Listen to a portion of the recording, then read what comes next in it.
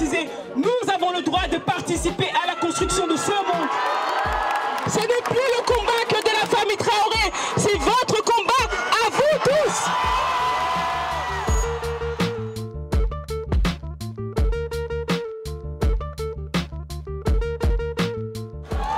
Je suis là en mémoire de tous ceux, la liste est trop longue, qui ont subi ces violences et qui l'ont payé de leur vie. Et se battre pour ce combat, se battre pour toutes ces familles, c'est se battre pour nous, c'est se battre pour la dignité, la nôtre, mais aussi la dignité de ce pays. Nous sommes l'âme de ce pays.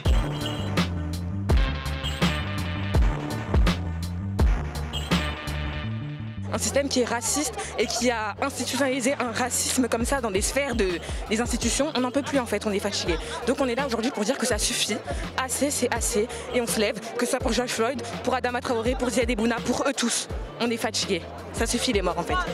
Je trouve que c'est pas normal qu'à notre âge, qu'on sorte pour défendre une cause comme ça alors qu'on est tous censés être humains et qu'on est tous censés être égaux. Est-ce que vous, jeune femme noire française, vous avez peur dans les rues? Mais bien sûr que j'ai peur. J'ai peur dans les rues, j'ai peur partout. À la faculté, j'ai peur moi d'arriver comme ça avec mon afro, que mon prof me dénote finalement. J'ai peur partout. J'ai peur que pour un manque de titre de transport, on finisse par m'interpeller. J'ai peur partout. J'ai peur pour mes frères, j'ai peur pour mes sœurs. Vous avez l'impression qu'en France aujourd'hui, un Français blanc et un Français noir ne sont pas égaux? Bien sûr, mais ça ne se discute même pas. C'est pas une question de polémique, c'est pas une question de victimisation parce qu'on entend beaucoup ce mot en ce moment. C'est une réalité. Dans les faits, c'est quand même très compliqué pour un homme noir et une femme noire, d'autant plus même d'évoluer à parcours égal avec quelqu'un qui serait blanc par exemple.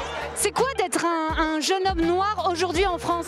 Être un homme noir en France, c'est être inférieur à un homme blanc en France.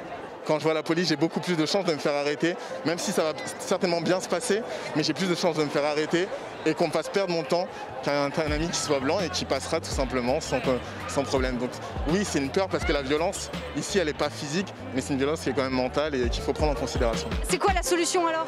La solution, c'est de continuer à se battre, de continuer à se lever contre tout ça et de ne jamais se taire. Surtout, moi, je conseille à tout le monde de ne jamais se taire. Voilà. On continuera de se battre, on continuera de parler et on ne sera jamais fatigué de parler.